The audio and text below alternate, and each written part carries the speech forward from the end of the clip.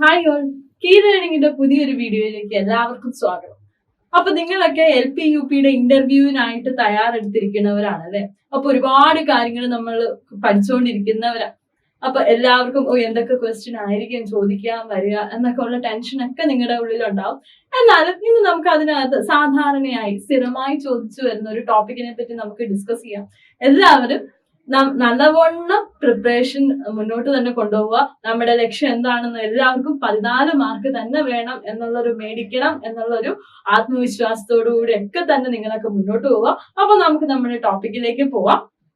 അപ്പൊ നമ്മുടെ NCF എന്ന് പറയുന്ന ടോപ്പിക് ഈ LP UP ഇന്റർവ്യൂവിൽ സ്ഥിരമായിട്ട് ചോദിച്ച് വരുന്ന ഒരു ടോപ്പിക്കാണ് നമ്മുടെ പാഠ്യപദ്ധതി കരിക്കുലം ബേസ്ഡ് ആയിട്ടുള്ള ക്വസ്റ്റ്യൻസ്. നമുക്ക് ഇന്ന് അതിനെ പറ്റി ഒന്ന് നോക്കിയാലോ. അപ്പൊ ദേശീയ പാഠ്യപദ്ധതി ചട്ടക്കൂട് NCF 2005.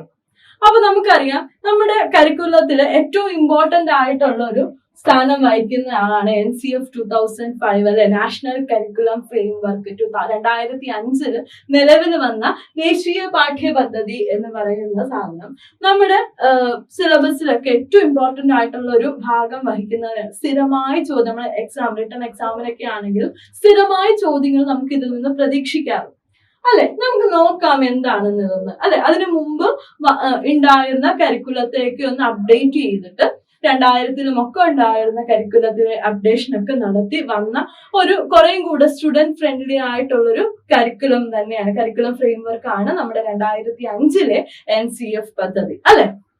നോക്കാം നമുക്ക് ഇതിന്റെ മെയിൻ പോയിന്റ്സ് ഏറ്റവും ചുരുക്കത്തിൽ നിങ്ങൾ ഒറ്റ വായനയിൽ തന്നെ മനസ്സിലാക്കാൻ പറ്റുന്ന രീതിയിലുള്ള ചെറിയ ചെറിയ പോയിന്റ്സുകളായിട്ടാണ് നമ്മൾ നമ്മുടെ വീഡിയോയിലേക്ക് പ്രിപ്പയർ ചെയ്തേക്കുന്നത്. അപ്പൊ നോക്കാം നമുക്ക് എന്തൊക്കെയാ വരുന്നത്. നോക്കിയേ, ഫസ്റ്റ് പോയിന്റ് ഒന്ന് നോക്കിയേ.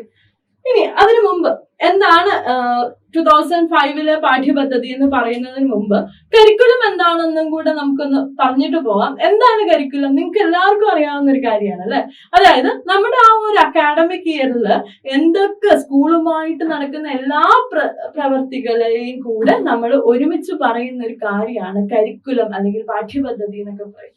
നോക്കിയേ, സ്കൂളിൽ നടക്കുന്ന എല്ലാ പ്രവർത്തനങ്ങളെയും പ്രതിനിധാനം ചെയ്യുന്നതാണ് പാഠ്യപദ്ധതി അല്ലെങ്കിൽ കരിക്കുലം അല്ലെ. ഇതാണ് കരിക്കുലം. അതായത് അവിടെ എന്തൊക്കെ നടക്കുന്നുണ്ടോ അതിനെയൊക്കെ കൂടെ നമുക്ക് ഒറ്റ പേരിൽ പറയാം അല്ലെ. നമ്മുടെ അക്കാഡമിക്, അൺഅക്കാഡമിക്, കരിക്കുലർ, കോ കരിക്കുലർ ആക്ടിവിറ്റീസിനൊക്കെ കൂടെ നമുക്ക് വിളിക്കുന്ന പേരാണ് കരിക്കുലം. ഫലത്തെ അടിസ്ഥാനമാക്കിയുള്ള വിദ്യാഭ്യാസ പരിഷ്കരണ രൂപകൽപ്പനയുടെ ഭാഗമാണ് പാഠ്യപദ്ധതി ചട്ടക്കൂട്. അപ്പൊ നമ്മള് ഈ കരിക്കുലം നമ്മൾ ഉണ്ടാക്കിയെടുക്കുമ്പോ, ഫ്രെയിംവർക്ക് ചെയ്തെടുക്കുമ്പോഴത്തേക്കും നമുക്കൊരു ലക്ഷ്യമുണ്ട് അല്ലെ, നമുക്കൊരു അതിന്റെ ഒരു ഫലം അല്ലെങ്കിൽ നമുക്ക് അതിന് ഇതൊക്കെ ഉണ്ടാക്കി എടുത്തു കഴിഞ്ഞിട്ട് നമുക്കൊരു റിസൾട്ട് വേണം അല്ലെ. അപ്പൊ ആ റിസൾട്ട് എന്തെന്നുള്ള ഒരു ലക്ഷ്യബോധത്തോടു കൂടി ഒരുപാട് റിസർച്ച് വർക്കുകളൊക്കെ നടത്തി നമ്മൾ ചിട്ടയായ രീതിയിൽ നമ്മൾ ഫോം ചെയ്തെടുക്കുന്ന ഒരു സാധനമാണ് കരിക്കുലം എന്ന് പറയുന്നത്. ഇനി NCERT ആണ്. NCF നമ്മുടെ കരിക്കുലം പ്രിപ്പറേഷൻ ചെയ്യുന്നത് NCERT ആണ്, അറിയാലോ, national curriculum four educational research and training. അതാണ് നമ്മുടെ NCERT എന്ന് പറയുന്നത്. ഓക്കെ, നമ്മുടെ ഈ NCF എന്താണെന്നും 2005 NCFന്റെ മെയിൻ പോയിന്റ്സ് എന്താണെന്നും കൂടെ നമുക്ക് നോക്കിയിട്ട് പോവാം. നോക്കി, സവിശേഷതകൾ. ഇനി നോക്കാം എന്തൊക്കെയാണ് നമ്മുടെ NCF 2005 സവിശേഷതകൾ എന്തൊക്കെയാണെന്ന് നോക്കാം. സ്കൂൾ ക്ലാസ് പരിസ്ഥിതി പരിഷ്കരണങ്ങൾ. അപ്പൊ ഞാൻ ഓൾറെഡി പറഞ്ഞു, നമ്മള് അത്രയും നാളുണ്ടായിരുന്നത് 2000-ൽ വന്ന കരിക്കുലത്തെ ഒന്നുകൂടെ അപ്ഡേഷൻ നടത്തി കൂടുതലായിട്ടും കുട്ടികളിലേക്ക് പഠനഭാരത്തെ ഒഴിവാക്കുക, ആ ഒരു ലക്ഷ്യത്തോടെ അവർക്ക് കൂടുതൽ അല്ലെ ഒന്ന് സ്റ്റുഡന്റ് ഫ്രണ്ട്ലി അല്ലെങ്കിൽ സ്റ്റുഡന്റ് സെന്റേർഡ് കരിക്കുലം നമ്മൾ ഫ്രെയിംവർക്ക് ചെയ്യുക. കുറച്ചും കൂടെ പഠിക്കാൻ വേണ്ടി പഠിക്കുക, നമ്മൾ ഇഷ്ടപ്പെട്ട് പഠിക്കുക അല്ലെ, ക്രിയാത്മകമായി പഠിക്കുക എന്നൊക്കെ ഉള്ള ഒരു പാസീവ് ലേണിംഗ് ഒക്കെ അവോയ്ഡ് ചെയ്തിട്ട് കുറച്ചും കൂടെ ആക്റ്റീവായിട്ട് കുട്ടികൾ പഠനത്തിലും അവരുടെ ചുറ്റുപാടിലും ഒക്കെ ഫോക്കസ് ചെയ്ത് പഠിക്കുക. അതൊക്കെയായിരുന്നു 2005 NCF കരിക്കുലം ആയിട്ട് ബന്ധപ്പെട്ട കാര്യങ്ങൾ. അപ്പൊ നമ്മൾ അത്രയും നാൾ നിന്നിരുന്ന കാര്യങ്ങളൊക്കെ കുറച്ചുകൂടി പരിഷ്കരിക്കുക. അപ്പൊ നോക്കി ഏതൊക്കെയാണ്? സ്കൂൾ ക്ലാസ് പരിസ്ഥിതി പരിഷ്കരണം അല്ലെ, സ്കൂളിലും ക്ലാസ്സിലും അതിന് ചുറ്റുപാടുമുള്ള കാര്യങ്ങളൊക്കെ പരിഷ്കരിക്കുക. പഠന വിജ്ഞാന പ്രക്രിയ പരിഷ്കരണം അല്ലെ, നമ്മൾ പഠിക്കാനും പഠിപ്പിക്കാനുമുള്ള പ്രോസസ്സുകളിൽ എന്തെങ്കിലുമൊക്കെ മാറ്റങ്ങൾ വരുത്തുക, കുറേയും കൂടെ ഇൻട്രസ്റ്റിംഗ് ആയിട്ട് അല്ലെ, എക്സ്പെരിമെന്റ് കാണിച്ചോ, വീഡിയോ കാണിച്ചോ, അല്ലെങ്കിൽ ലൈവ് ലൊക്കേഷൻസിൽ കൊണ്ടുപോയോ, ടൂർ കാണിച്ചോ, അങ്ങനെ ഓരോരോ കുട്ടികളെ കൊണ്ട് ചെയ്യിച്ച് അല്ലെ, ഡിസ്കവറി ലേണിങ്ങും ഒക്കെ അങ്ങനെ വന്ന കാര്യങ്ങളൊക്കെ. കാഴ്ചപ്പാട് പരിഷ്കാരങ്ങൾ അല്ലെ, നമ്മൾ എന്തെങ്കിലും ഒരു ടോപ്പിക് കൊടുക്കുമ്പോഴത്തേക്കും അതിനോടൊള്ള അല്ലെങ്കിൽ ആ ഒരു കാര്യത്തെ പറ്റിയുള്ള കുട്ടികളുടെ വീക്ഷണങ്ങൾ, കാഴ്ചപ്പാടുകൾ, അതിനെ പറ്റിയൊക്കെ കുട്ടികളോട് സംസാരിക്കുക, അവർക്ക് സംസാരിക്കാനുള്ള ഓപ്പർച്യൂണിറ്റീസ് നമ്മൾ പ്രൊവൈഡ് ചെയ്യുക. പാഠ്യപദ്ധതിയും മൂല്യനിർണയ പരിഷ്കാരങ്ങളും. അപ്പോ അതേപോലെ പാഠ്യപദ്ധതിയോടൊപ്പം തന്നെ അവരെ അനലൈസ് ചെയ്യുന്ന ഇവാലുവേഷനിൽ വരുന്ന മാറ്റങ്ങളൊക്കെ നോക്കുക.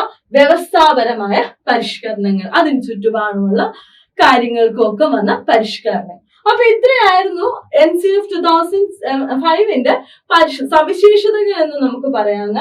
നോക്കാം ഇനി അതിന്റെ മറ്റ് പ്രത്യേകതകൾ എന്താണെന്ന്.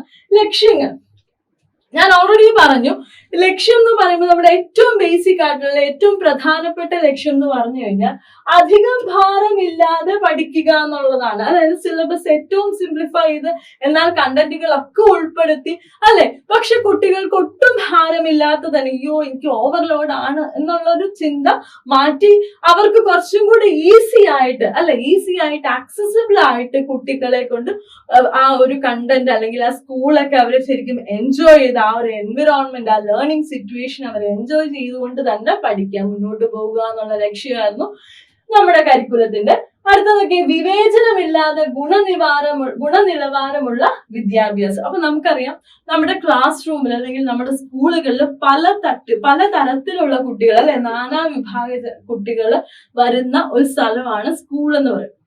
അപ്പൊ ആ സ്കൂളിൽ അല്ലെ പല സിറ്റുവേഷനിൽ നിന്ന് വരുന്ന കുട്ടികളുണ്ട്. അപ്പൊ എല്ലാവരെയും നമ്മൾ ഒരേപോലെ എല്ലാവർക്കും തുല്യമായ വിദ്യാഭ്യാസം നമ്മൾ പ്രൊവൈഡ് ചെയ്യാനായിട്ട് ശ്രമിക്കുക. അതേപോലെ ചുമ്മാ ടെക്സ്റ്റ് ബുക്ക് റീഡ് ചെയ്യാനല്ല, എങ്ങനെയുള്ള വിദ്യാഭ്യാസം, നമുക്ക് ഗുണനിലവാരമുള്ള വിദ്യാഭ്യാസം അല്ലെ, പ്രോപ്പർ ആയിട്ട് അവർക്ക് ഭാവിയിൽ അത് യൂസ്ഫുൾ ആകും. അല്ലാണ്ട് അറിവും വിവരവും അല്ലെ, അത് രണ്ടും ഒപ്പത്തോടൊപ്പം തന്നെ ചേർത്ത് കൊണ്ടുപോവാം. അങ്ങനെയുള്ള ഒരു വിദ്യാഭ്യാസ നയം മുന്നോട്ട് പോയി. മതനിരപേക്ഷത, സാമൂഹിക നീതി, സമത്വം എന്നിവയുമായി പൊരുത്തപ്പെട്ടതാകണം പദ്ധതികൾ അല്ലെ. നമ്മൾ എപ്പോഴും നമ്മുടെ ടെക്സ്റ്റ് ബുക്കുകളിൽ ശ്രദ്ധിച്ച് കാണും, നമുക്ക് ചുറ്റുമുള്ള സൊസൈറ്റിയെ ഓറിയന്റ് ചെയ്തിട്ടാണ് നമ്മൾ നമ്മുടെ ടെക്സ്റ്റ് ബുക്കുകൾ, നമ്മുടെ കരിക്കുലം ഒക്കെ നമ്മൾ പ്രിപ്പയർ ചെയ്യുക അല്ലെ. നമ്മുടെ ചുറ്റുപാട് നടക്കുന്ന കാര്യങ്ങൾ എന്തൊക്കെയാണെന്ന് ടെക്സ്റ്റ് ബുക്കുകളിലൊക്കെ എപ്പോഴും ഇൻക്ലൂഡ് ചെയ്തിട്ടുണ്ടാവും അല്ലെ. അപ്പോ ആ കാര്യങ്ങളാണ് ഈ പറയുന്നത്. അത് അവിടെ ഒരിക്കലും അല്ലെ ഒരു കണ്ടന്റും നമുക്ക് മറ്റൊരാളോട് ദേഷ്യം തോന്നുമോ, നമ്മുടെ സൊസൈറ്റിയോട് ദേഷ്യം തോന്നുമോ, അല്ലെങ്കിൽ വെറുപ്പ് തോന്നുന്ന രീതിയിലോ ഉള്ള കാര്യങ്ങൾ ഒരിക്കലും നമ്മൾ ഇൻക്ലൂഡ് ചെയ്യാറില്ല. മറിച്ച് എന്താ, ഒരു സൊസൈറ്റിയെ എങ്ങനെ നമ്മൾ ഒരുമിച്ച് കൊണ്ടുപോകാം അല്ലെ, ഏകോപിപ്പിച്ച് എങ്ങനെ കൊണ്ടുപോകാം എന്നുള്ള കാര്യങ്ങൾ ഇൻക്ലൂഡ് ചെയ്തുകൊണ്ടായിരിക്കും നമ്മുടെ കരിക്കുലം ഒക്കെ ഫ്രെയിം വർക്ക് ചെയ്യുക. സൗഹൃദ ക്ലാസ് റൂം അന്തരീക്ഷം അല്ലെ. നമ്മുടെ ക്ലാസ് റൂം ഇപ്പൊ നമ്മൾ പണ്ടത്തെ കാലങ്ങളിലൊക്കെ പറഞ്ഞു കഴിഞ്ഞാൽ എപ്പോഴും ടീച്ചർ സെന്റേർഡ് ആയിട്ടുള്ള ക്ലാസ് റൂമുകളായിരുന്നു അധികമായും നമ്മൾ കണ്ടുകൊണ്ടിരുന്നത് അല്ലെ.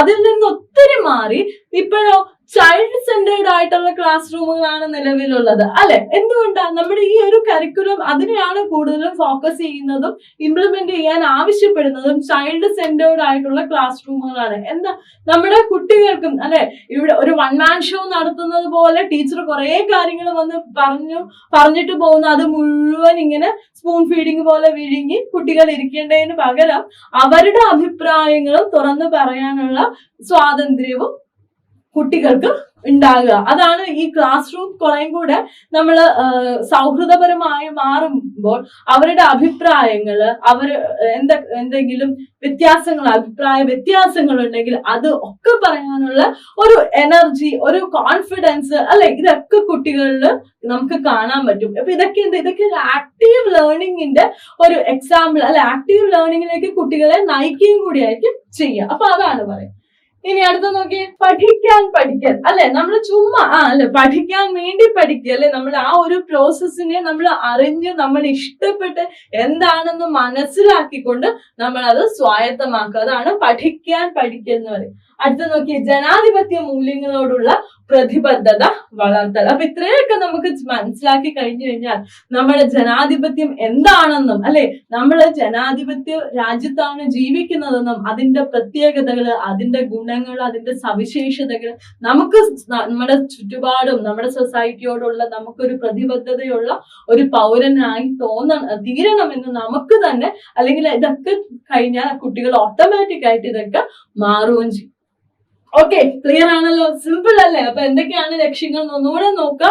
ഏറ്റവും സിമ്പിൾ ആയിട്ട് കുട്ടികൾക്ക് ബേർഡൻ ഇല്ലാണ്ട് അല്ലെ, അതാണ് നമുക്കൊരു ബേർഡൻ അല്ല പഠിപ്പിക്കുക അല്ലെങ്കിൽ പഠിക്കുക എന്നുള്ളത് ഒരു ബേർഡൻ ആയി മാറാതെ കുട്ടികൾക്ക് ഇഷ്ടപ്പെട്ട ഒരു പ്രോസസ് ആയിട്ട് മാറുകയാണ് പഠന രീതി.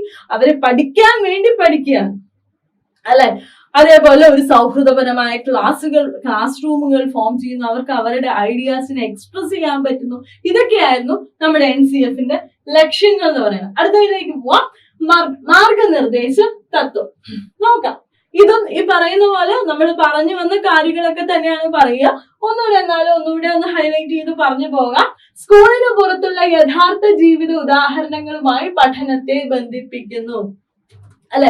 നമ്മൾ എപ്പോഴും എക്സാമ്പിൾസ് പറയുമ്പോഴത്തേക്കും അല്ലെ, ഇപ്പൊ ഒരു സയൻസ് ക്ലാസ്സിൽ ഇരിക്കുന്ന കുട്ടി അല്ലെങ്കിൽ ഒരു കുട്ടികളോട് ടീച്ചേഴ്സ് എപ്പോഴും അവരുടെ സൊസൈറ്റി ആയിട്ട് അല്ലെങ്കിൽ അവർക്ക് റിലേറ്റ് ചെയ്യാൻ പറ്റുന്ന എക്സാമ്പിൾ ആയിരിക്കും പറഞ്ഞു കൊടുക്കുക. എന്നാലേ നമുക്ക് ആ ഒരു പർട്ടിക്കുലർ കണ്ടന്റ് നമുക്ക് പെട്ടെന്ന് ക്യാച്ച് ചെയ്യാൻ പറ്റുള്ളൂ അല്ലെ.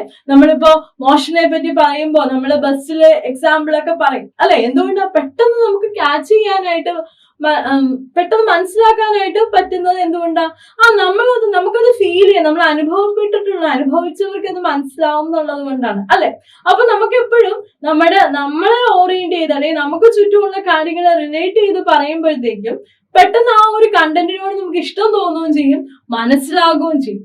അതാണ് പറയാം. പഠനം വെറും കാണാപ്പാഠം പഠിക്കലല്ല അല്ലെ. കുറെ കാര്യങ്ങൾ ഇങ്ങനെ കാണാണ്ട് പഠിച്ചു റോഡ് മെമ്മറൈസ് ചെയ്യണതിന് പകരം ആ ഒരു ആശയം എന്താണെന്ന് അതിന്റെ പൂർണ്ണ രൂപത്തിലേക്ക് നമ്മൾ മനസ്സിലാക്കിയെടുത്ത് പഠിക്കുക. അതിന്റെ ആപ്ലിക്കേഷൻ ലെവലിലേക്കൊക്കെ പോയി അതിന് എന്താണെന്ന് ഉൾക്കൊണ്ട് പഠിച്ചു കഴിഞ്ഞാൽ അത് വളരെ മനോഹരമായി തീരുന്നതാണ് പറയുന്നത്. പാഠപുസ്തകങ്ങൾക്കും അപ്പുറമുള്ള അറിവും അനുഭവങ്ങളും നൽകുവാൻ വേണ്ടി അല്ലെ. കുറെ പുസ്തകം ഇങ്ങനെ മറിച്ച് പഠിക്കുന്നതിലും ഉപരിയായിട്ട് എന്താണെന്നുള്ള കാര്യത്തെ പറ്റി ഒരു വ്യക്തത ഉണ്ടാക്കുക. പഠന പ്രവർത്തനങ്ങളുമായി ഉദ്ഗ്രഥിച്ച് അയവുള്ള മൂല്യനിർണ്ണയം അല്ലെ. ആ അതായത് നമ്മുടെ ഇവാലുവേഷൻ പ്രക്രിയ, ഇവാലുവേഷൻ രീതിയിലൊക്കെ ഒരുപാട് മാറ്റം. നമ്മളിപ്പോ ഫോർമേറ്റീവും സമ്മേറ്റീവും ആയിട്ടുള്ള പ്ലേസ്മെന്റ് ഒക്കെ നമ്മൾ ഇവാലുവേഷൻ പഠിച്ചവരാണ് അല്ലെ. അപ്പൊ അതെന്തൊക്കെയാണെന്നും ഒക്കെ ഉള്ള കാര്യങ്ങൾ നോക്കി പോവാം. അടുത്തത് പ്രധാന ഘടകങ്ങൾ. ഇപ്പൊ ഇത്രയും കൂടെ ഉള്ളൂ.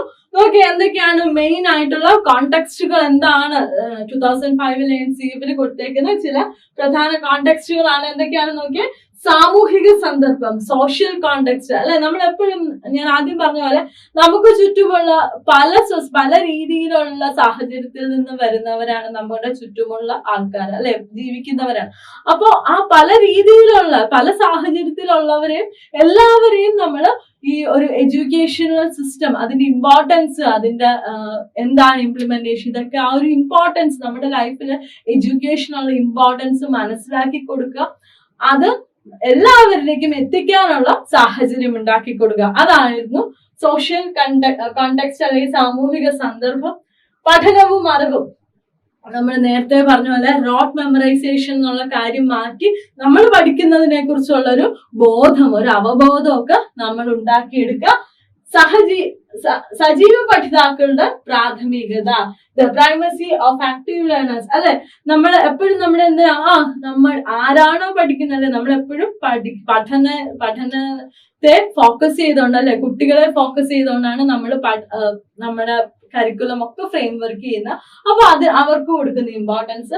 പശ്ചാത്തലത്തിൽ പഠിക്കുന്നവർ, ആർക്ക് വേണ്ടിയാണോ നമ്മൾ ഈ പറയുന്ന കാര്യങ്ങളൊക്കെ ചെയ്യുന്നത്, വികസനവും പഠനവും പാഠ്യപദ്ധതിയും പരിശീലനവും ക്രിട്ടിക്കൽ പെഡഗോജി അല്ലെ, ഈ പറഞ്ഞ എല്ലാ കാര്യങ്ങളും, അതായത് നമുക്ക് ക്രിട്ടിസൈസ് ചെയ്യാനുള്ള കഴിവ്, അതായത് നമ്മുടെ ചുറ്റുമ്പോൾ നമ്മുടെ ക്ലാസ് റൂം എന്ന് പറയുന്നത്, ഇപ്പൊ ഞാൻ നേരത്തെ പറഞ്ഞ ഒരു വൺ മാൻ ഷോ പോലെ ആവാതെ കുട്ടികളുടെ സംശയങ്ങളും അവരുടെ അഭിപ്രായങ്ങളും അഭിപ്രായ വ്യത്യാസങ്ങളും ഒക്കെ ഷെയർ ചെയ്യാനായിട്ടുള്ള കാര്യങ്ങൾ നടക്കട്ടെ.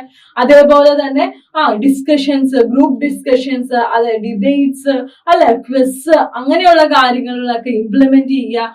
പിന്നെന്താ, curriculum and development and learning, പുതിയ ടൈപ്പ് ഓഫ് രീതിയിലുള്ള പഠന രീതികൾ അല്ലെ, അതിപ്പോ ഡിസ്കവറി മെത്തേഡ് അല്ലെങ്കിൽ അന്വേഷിച്ച് കണ്ടെത്തുക അല്ലെ, എക്സ്പെരിമെന്റ് ചെയ്ത് കണ്ടെത്തുക, ഇങ്ങനെ ഓരോരോ രീതിയിൽ പഠനം ഏറ്റവും ഇൻട്രസ്റ്റിംഗ് ആയിട്ടുള്ള പാസീവ് ലേണേഴ്സിനെയൊക്കെ നമ്മൾ അവോയ്ഡ് ചെയ്തുകൊണ്ട് ഏറ്റവും ഇമ്പോർട്ടന്റ് ആയിട്ട് ഏറ്റവും ഇൻട്രസ്റ്റ് ആയിട്ട് നമ്മൾ പഠിക്കാൻ ആയിട്ട് അല്ലെങ്കിൽ ആ ഒരു ലേണിംഗ് സിറ്റുവേഷനെ നമ്മൾ ഫോം ചെയ്ത് കൊടുക്കുക. ഇത്രയാണ് നമ്മുടെ NCF-ലെ മെയിൻ ആയിട്ടുള്ള കാര്യങ്ങൾ പറയുക. അപ്പൊ നമ്മൾ കുറച്ച് പോയിന്റ്സ് നമ്മൾ പറഞ്ഞോളൂ. അതായത് NCF 2005 national curriculum framework, 2005 national curriculum framework form ചെയ്ത കാര്യം എന്താണ്, അതിന്റെ ഇമ്പോർട്ടൻസ് അല്ലെ, എന്താണ് അതിന്റെ ഇംപ്ലിമെന്റേഷൻ എന്നുള്ള കാര്യങ്ങൾ, എന്തിനാണ് അത് ഫോക്കസ് ചെയ്യുന്നുള്ള കാര്യങ്ങളൊക്കെയാണ് നമ്മൾ ഇന്ന് പറഞ്ഞത്.